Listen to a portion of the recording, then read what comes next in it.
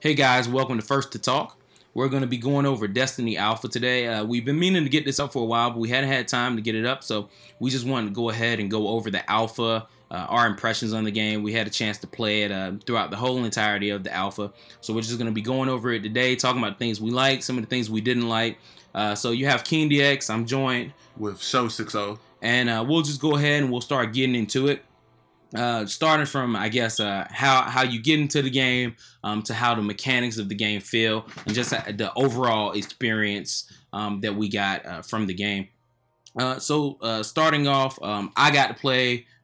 Show you got to play a little bit. I guess we can maybe start off with you. I played a little bit more than you did. Right. So coming into the game, the difference you had in your experience to mine was that when you came in, you kind of had somebody sitting there and kind of, telling you, kind of where you can go and things you can do. What did you think about the game? Just a general spectrum of it. Like, what did you think? I mean, generally, the game is like, I'm sorry, but it feels like Halo, shoots like Halo, looks like Halo, which is those are kind of my biggest gripes of the game. But there's also like the best things. Like, this is Bungie we're dealing with. They're the developer who made Halo what it is. Yeah. So it's kind of hard not to expect that. But in terms of transversing the actual levels, I felt like everything was seamless. The controls are very intuitive. I mean, in the game looks amazing. Don't I remember you complaining about using R1 to do a melee attack? That's because I'm used to playing Titanfall. Oh, okay. I was complaining about not being able to run on walls and the game moving too slow too, but that's not really a fair gripe. So that's fair enough. Well, I know when I got my hands on the game. Now I'm not familiar with Halo like you are. Like, I've never owned Halo. I've played it. I've gone to like LAN parties and stuff like that. So I played a fair amount of Halo, but not extensive enough where I know how fast a Warthog moves and all that stuff. Right.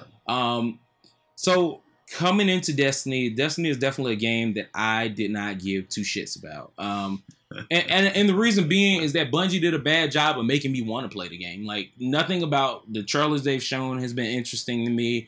Nothing about the world. It looks good, but I expect that from new games. So that doesn't really. It just doesn't really make me go, oh yeah, hey, it looks good, so I'm gonna get it. Like, I didn't care. So when I actually when we went to the Sony E3 press conference, and we saw them actually showing Destiny on the screen, and they're like, hey, you guys are gonna get to play the alpha. I was like, yay, I'll download it, but I didn't care.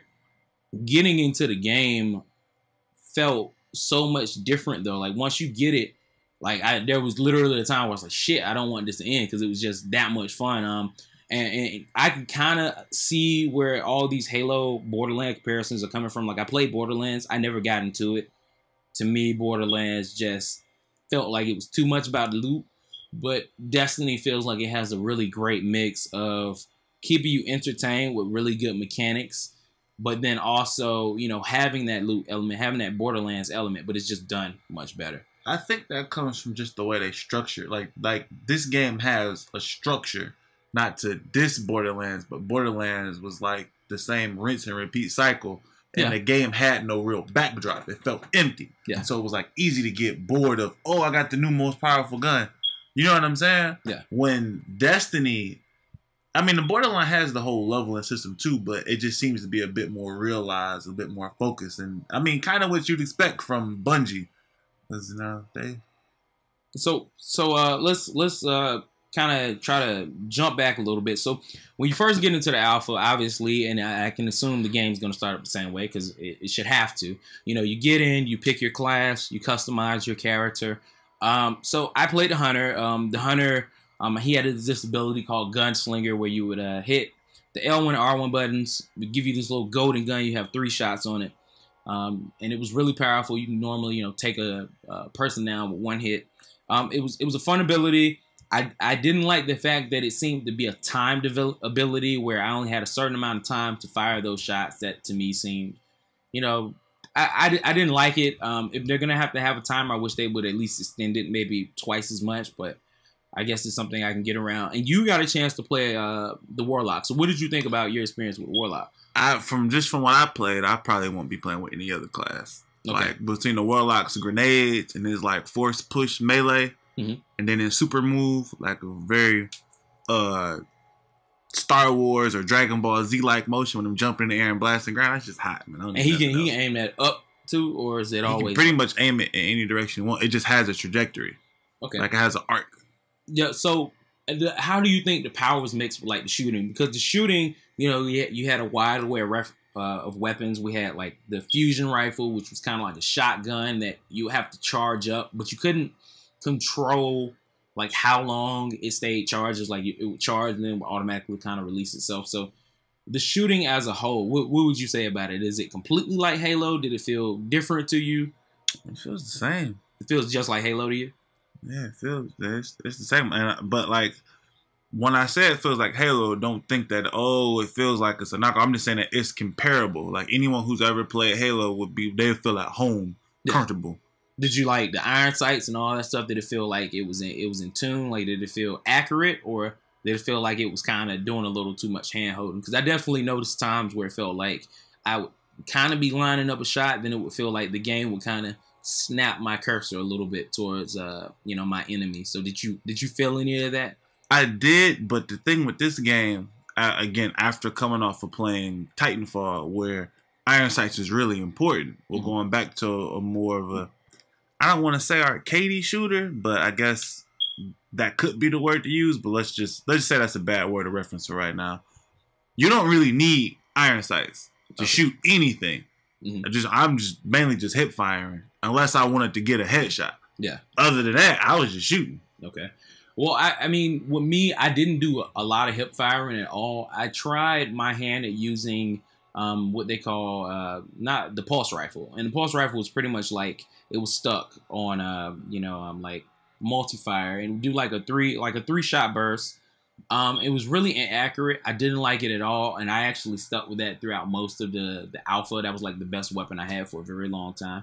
And it actually made me not like the shooting in the game for a while. At first, I really just felt like the shooting was horrible. And then once I finally got like an auto rifle that I could use, I switched from my pulse rifle to that auto rifle, and then it felt much better. Like for some reason, the auto rifle was more stable than the pulse rifle, which didn't make any sense because I'm doing 3-shot bursts. So and that's what it is. It's the 3-shot bursts and the firing rate. It seems like the firing rate on a pulse rifle is like really slow. Yeah. As in you can't. It'd be like 3 shots. Then you gotta wait this long pause so you get another 3 shots. When it kind of takes you out of the combat, which is a waste. So hopefully that's something they kind of work on. I think it's probably that, and the fact that the magazine didn't seem like it held a lot of bullets. So you constantly find yourself, especially in multiplayer. Like I tried to take it in multiplayer, and it was horrible. Like 6 shots, 2 shots I get rid of the shield, 3 more shots would kill him, and then I was out of bullets. So it wasn't really fun.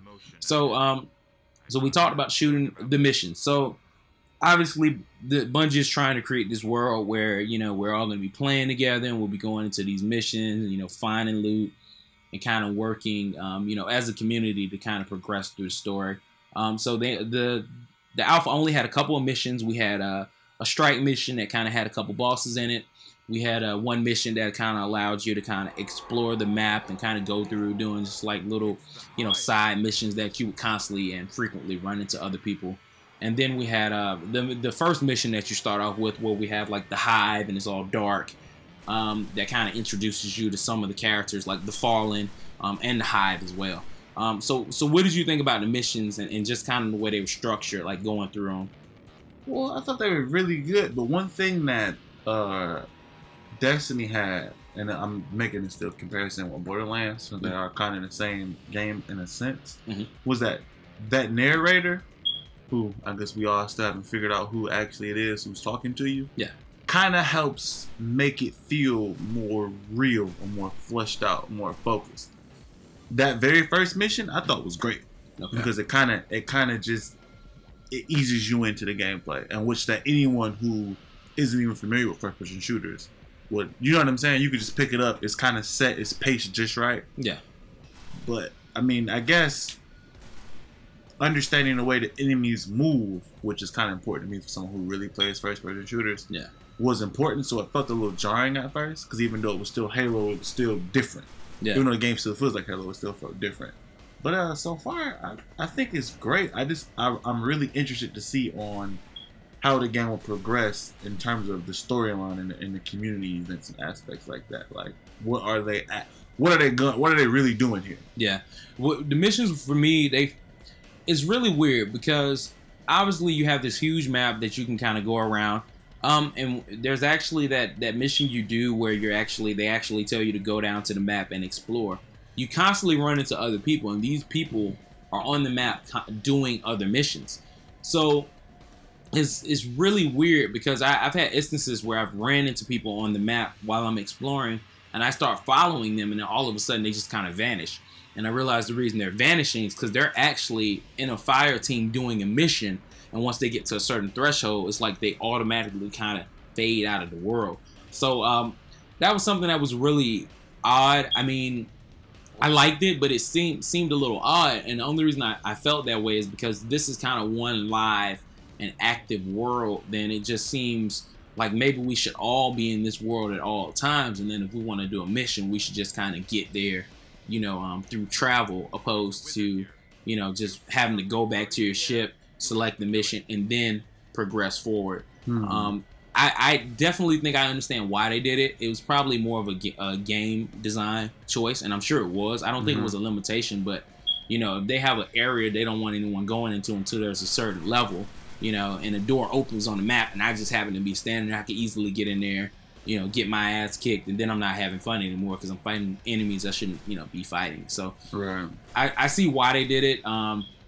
I wish they maybe had a better way of letting you know who was kind of grouped together, or like maybe like some little icon that says, hey, A, B, C, or whatever, and then based on how many people are in that world at the time, you know, it's like Team A, Team B. That way when I see a group of people together, I can go, oh, they're in a fire team. And then if they happen to just magically vanish, I'm not looking around spinning in circles like, what the fuck just happened? Did I get disconnected? Right. You know, so, but I mean, overall though, I thought the missions were really well paced.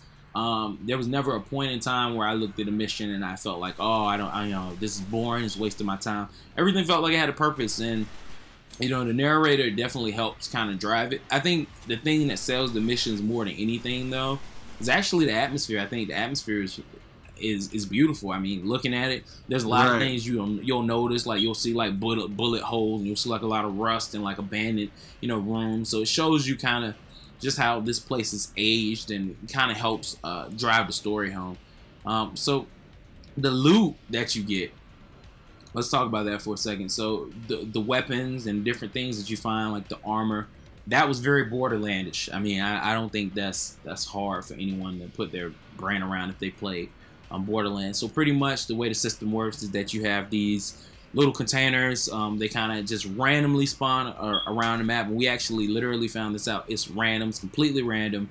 It'll just spawn. You know, you pick them up after a certain amount of time. If your friend hasn't picked them up, you know, the loot will just disappear. So what did you think about the loot gathering and just like, you know, maintaining your armor and things of that nature?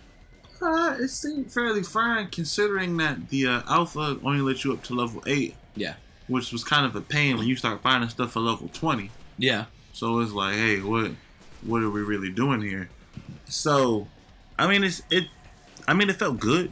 It was simple, it was seamless, but that was one of those things that I felt like because it was just an alpha build of the game, we kind of really didn't get to go into it or really flesh it out. Yeah. And definitely with the weapons, I do like the fact that the weapons can upgrade. They don't necessarily have like scopes that you can just save and attach to other weapons. It's like the weapons upgrade themselves. So once you like get a certain amount of experience with the weapon, you kind of get this option to turn on like other abilities. Like you can buy extra damage, or you can you know, like increase the sight. One thing we didn't get a chance to play around with is that certain guns had like attributes that could be added to it. So I saw like one where you could add extra solar damage, but I couldn't equip it because it was the alpha. So maybe that part hasn't been completely worked yet, or maybe they just don't want to have access to it yet. The items, I like the fact that they're random. I do, and I noticed that at the end of missions when you get loot, they, you know, whoever's with you, they all get the same level of loot. So, you know, like I might get a 57 attack rifle, but you might get a 57 attack shotgun. So it's not completely the same thing, but they do make sure that they keep it the same power Right. I guess to try to keep everything fair, so no one's kind of pissed at anybody else for getting something better, and they feel like that person maybe didn't earn it. Hey, did you ever notice sharing or dropping items for your teammates? No. I actually looked around. So a few things that we found out is that definitely ammo is relative to you. Like, because there would be times I would see ammo on the ground. I'd be like, all right, well, I'm not going to pick it up because, maybe my partner needs it. Mm-hmm. But we found out that the ammo is completely based on my screen and based on your screen. So heavy ammo may be on my screen that's not on your screen. Vice versa for right. Special ammo and stuff. So I guess that was their reason for feeling the need not to drop. Now, I noticed that when you would go back to town sometimes, and I guess we'll be talking about the town in a second, there would be like this little area you can go to the postmaster, and they would have like lost and found items. So I'm not sure if maybe you can somehow like maybe message somebody and gift them an item. I'm not sure if that's something they'll add. Maybe not. I'm assuming they probably won't, because they kind of want to make it where, everybody is kind of accountable for their own gear. So maybe we'll see it in the final version of the game, but I guess for right now, they're just going to leave it as is. It still would definitely be nice to see, just because I think personally it will make the game just better. I think sharing is always fun, and being able to do stuff like that with your friends, and maybe your friend hasn't been on for a few weeks and you give them a new gun. I think that's a nice way to greet somebody. So yeah, that plus cooperative play, like I think that's one of the things that kind of gets misconstrued with some of these games. Like the whole thing with ammo being indicative to your screen is fine, and as overall game structure and game design, I think that might be the better approach to designing a game. But in terms of creating an experience, I mean, like Resident Evil 4 was great. Not 4, but 5. It was great because of sharing and stuff like that, and adding that strategic value and element to the game. When you kind of got your own ammo and you got your own loot, it kind of takes that away a little bit. Not that it won't be good, but hopefully it'll just be more sharing in the final build.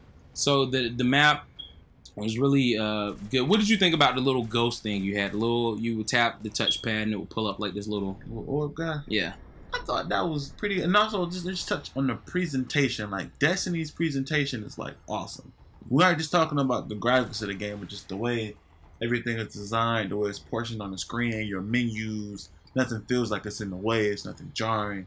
So yeah, your little help guy who kind of showed you your destination. Yeah, that was pretty dope. I mean, I liked it. I just didn't like the fact that I felt like I was pulling him up too much. Like, you can't run when it's up, which is fine. It's just the fact that when I'm trying to, get through the mission, or I'm trying to find a new place to go to, and I have to hit it and, kind of pull it up and turn around and figure out where I'm going. It almost reminds me of Killzone Shadowfall, where the navigation dot is really, really small and it disappears like after a certain amount of time. I mean, Destiny is so huge, it's so vast, that I don't like the fact that the navigation icon kind of vanishes all the time. Mm-hmm. I mean, hopefully it will be something maybe you can just turn on in the HUD and leave it on. To me personally, I like having that little icon there whenever I want it, without having to necessarily rely on, manually bringing it up. But well, I almost feel the same way, but I don't have so much issue with bringing that up as I do with bringing that menu up to summon my vehicle. Like, I feel like that part it kind of takes you out of the game a little too much. Yeah. And then also the holding square or X to pick stuff up, or the way you transverse with that, there's nothing wrong with it, and I understand, because you don't want a simple button press so people can commit to what they're doing. Yeah. But the times it takes you to pull out your vehicle, or to pick this weapon up, or to activate this and activate that, that'd be one of the things that I would really hope that they would fix in the final build, because it takes you too long to do all of that stuff. Yeah, definitely. So what did you think about the towns themselves? So, between missions, you can fly to this place that they call the Tower. According to the game, it's the last place on Earth. Ooh, spooky. Like you have like all of these shops, you get to kind of see all these different people. You go there, it's in third person. Everyone's dancing and teabagging each other. So what did you think about the town, just kind of like that central hub for meeting up with everybody?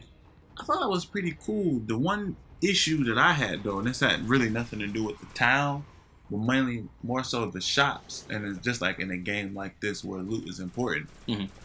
Buying new stuff almost becomes obsolete, because it's like you're gonna find better stuff. Yeah. You know what I'm saying? So I don't really know how to put. No, I just say it. Like I don't know that part of the game and these type of games in general. All right, it's just that's one of the things that I hope they can kind of flesh out more because there's no point in going to the shop. You know, when in 30 minutes I'm gonna have better guns. That was one of the issues I had with playing was that I spent all my money to have this gun, and I found the same guns, if not better. And then I found guns that I couldn't use until level 20. Like, come on, dude. I think some of that's gonna be based on skill because there's a guy I don't know if you really got a chance to meet him because we were trying to get you through and get you leveled up as quick as possible. There's a guy he pretty much like can decrypt stuff. So you find items they're encrypted.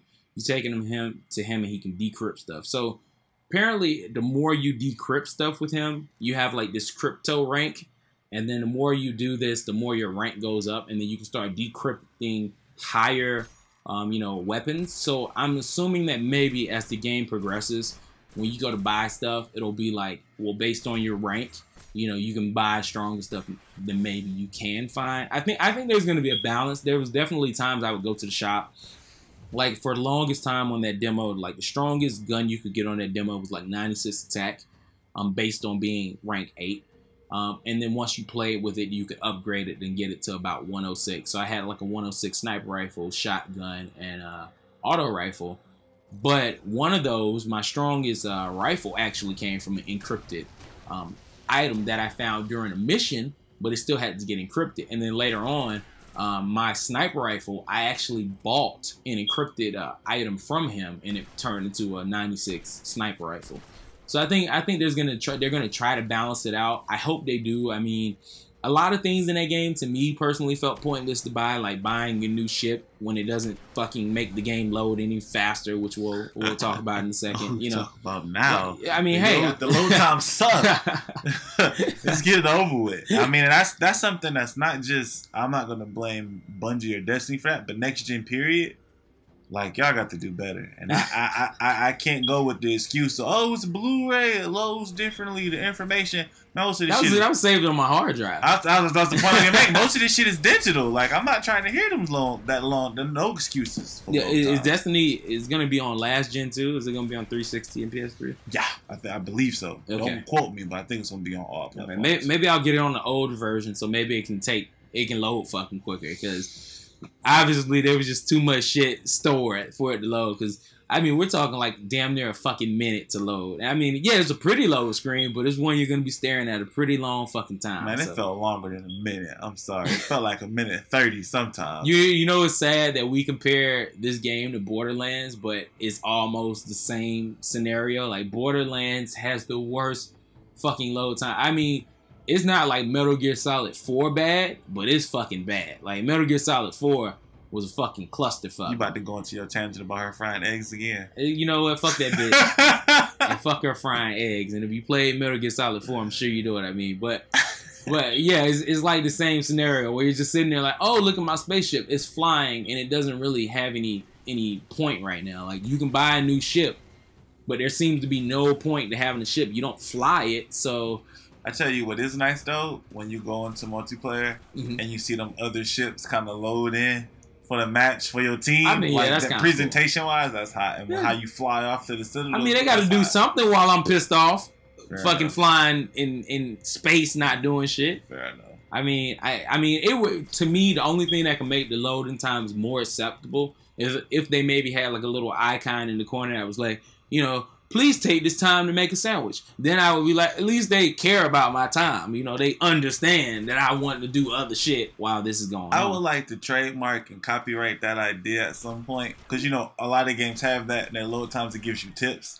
But a tip, hey, please take this time to go make a sandwich. Energize yourself to play the game. Or go use the restroom before your match loads. I mean, hey, they might as well. I mean, it's going to piss you off one way or another. So it might as well at least tell you to take a leak first. I mean, right. That'd be nice. But yeah, so loading time is definitely an issue. We definitely saw like chests spawning in like unaccessible areas, which was kind of frustrating. I remember watching one of my friends literally sit there for 5 minutes trying to get a chest, pissed him off really bad. And we had a pretty good laugh about it. So I guess one thing we haven't talked about yet, and we can let this kind of finish it off before we give our final thoughts. Is multiplayer. So I had a chance to play way more multiplayer than you. So I guess just starting off with the multiplayer itself. The multiplayer is, in my opinion, is a loads of fun. The game seemed to do a really good job of mixing people together based on, I'm not sure if it's completely based on rank yet, or if it's based on skill, or even based on gear, but it seemed like the system was in place to properly handle it. It felt really good. It felt natural. The biggest problem I had was that communication wasn't there, and that's because by default, when you start it, you have these fire teams that you're in, and when you're playing with your friends and you're inside of a fire team, you only talk to the people inside of your fire team. So by default, it's set that the only people that can join your fire team are friends. So when you join into this public, arena, and you're trying to fight against another team, and you have 6 people on your team, and no one has it set up where you can join their fire team, there's no communication. So I'm sure all these people had mics, just nobody could hear each other.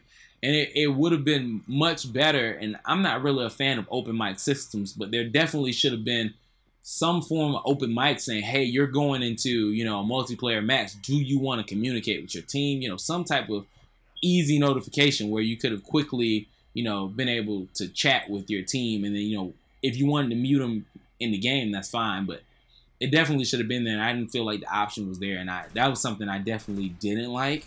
But as far as the combat, combat felt good. Bringing in your own weapons into the game felt really, really good.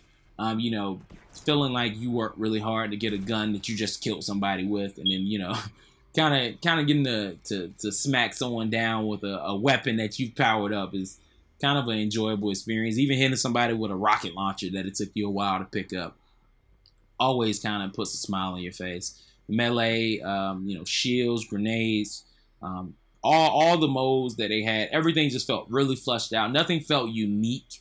Everything just felt like tried and true, but it also felt really good.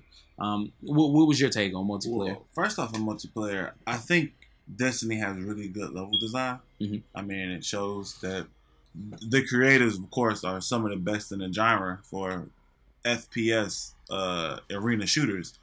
But to kind of rewind a bit, I felt like the whole thing with the fire team was a little, let's say, unfulfilling, or if not, just a waste of space. The 3-man fire team issue or system, I felt, was just lacking, period.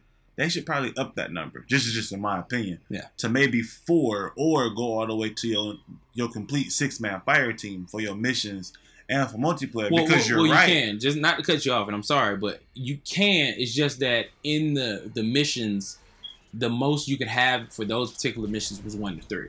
So you can actually have a fire team of more than 3. I get that, but it's a multiplayer game that has a boundary in multiplayer. Like, if you can't communicate with other people, or you're limiting my multiplayer experience to just 3, which, I guess it's still good considering Borderlands is 2 players for the most part. Yeah. Any other first-person shooter, you go through a campaign, it's going to be co-op. Usually it's just single-player co-op. Halo had a 4-player co-op. So them having 3 isn't really bad in the grand scope of things. But I think that would have been a really good opportunity to capitalize. So, they're already kind of in uncharted. They aren't completely in uncharted territory what they're doing. But if they would have went 6 across the board, as in your same fire team that you go through your missions with, is your same squad for multiplayer, which a lot of people who play these kind of games, anyone on Xbox Live, and I'm sure they do the same thing on PSN too. Yeah. But we're pretty niche into our own groups and people who we play with on a regular basis. Yeah. So now, in Destiny, I gotta break my team down. Well, I'll be able to be in a party chat. Yeah, that's cool. We can communicate like that, but it's like, my team it's another hurdle or process that I have to go through to communicate. Let me finish a little bit more. In terms of the multiplayer thing, I think it's really good that you can have your own weapons and armor. But I also think it's really bad in terms of balancing. Okay. Because you know what I'm saying? Like, it's great, and I'm actually glad that they're doing it, because I'd rather they take the chance and the risk and do something that really hasn't been done in a shooter like this on this scale before. But it's going to be like, oh, I got the best gun, I got the best armor. So when you playing online and you feeling like, oh, you didn't kill him because of lag or because of something else, it was really, you guys weren't on a fair and balanced scale. And a lot of these multiplayer games, everyone is looking for that edge, which can sometimes become a bad thing. But I think that's kind of motivation to make you go back and play the missions, because then it's like, oh, well, how come my gun wasn't as good as his? Because he's done more work in the story mode. He's progressed more. So it's almost like kind of feeding people. It's almost stopping people from just playing multiplayer. Because, you know, like with Call of Duty now, people get that game and they don't even play single player. They go right into the multiplayer. So I think that was something they maybe wanted to avoid. They wanted to still have multiplayer, but I think at the same time, they wanted to make sure people were doing missions, people were interacting. And the way to do that is to have multiplayer so tied into single player that you can't really be good at the multiplayer unless you're playing the single player.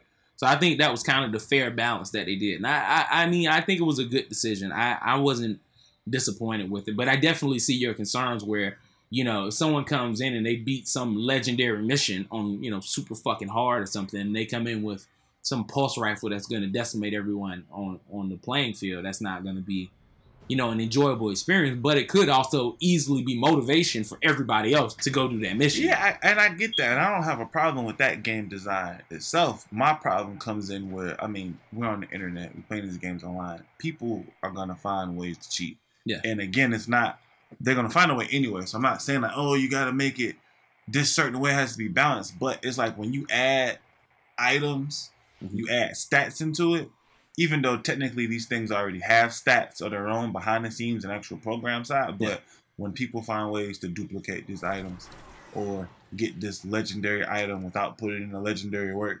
you know what I'm saying? Or to have items and stuff that technically their level shouldn't even allow them to have. So I just kind of feel like it's, I mean, it's a good thing, but I'm just being, we'll say the devil's advocate. Like, hey, you know, the shit gonna hit the fan in this area eventually. Yeah. I think that's definitely something that can happen. But like you said, it does happen in all games. And since this is a community, and Bungie seems to be you know, concerned on making sure that the community is kind of flourishing as a whole.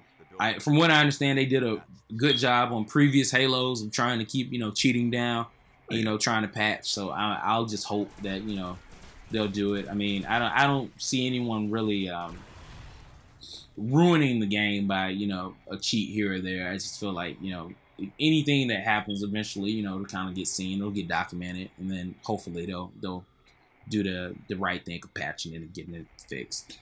Yeah. Right. One thing that may seem interesting on May Rise with this design choice though is that because you got people who, I'm only gonna play multiplayer with my friends, or I'm only gonna play single player with my friends, because I could see the single player, let's not say single player, I could see the campaign in Destiny becoming boring. Yeah. Possibly. I haven't played enough of the game to be like, oh, you know, my 4 hours of gameplay means that this whole game's gonna be shitty after 10 hours. Yeah. But I could see it becoming wearing, becoming bored. You know what I'm saying? Yeah, I can see that with the community events. Now, I'm not sure if the community events are gonna maybe Bungie will secretly make a new event every month and then, you know, kind of throw it in the mix. I'm not sure how they're going to do that, because there definitely were times where there would be a community event and I would look at it and I'm like, damn, I've kind of beat that community event already a few times. But the one good thing that they have this bounty system that you can do where you get these bounties where you get rewarded for doing things like, you know, completing 3 community events without taking damage. So there always seems to be some form of incentive for doing everything that you do. Like, even collecting little stuff on the map, like there's these little spine metal leaves. But then once you collect those, you can trade them in, and then you get points towards something else.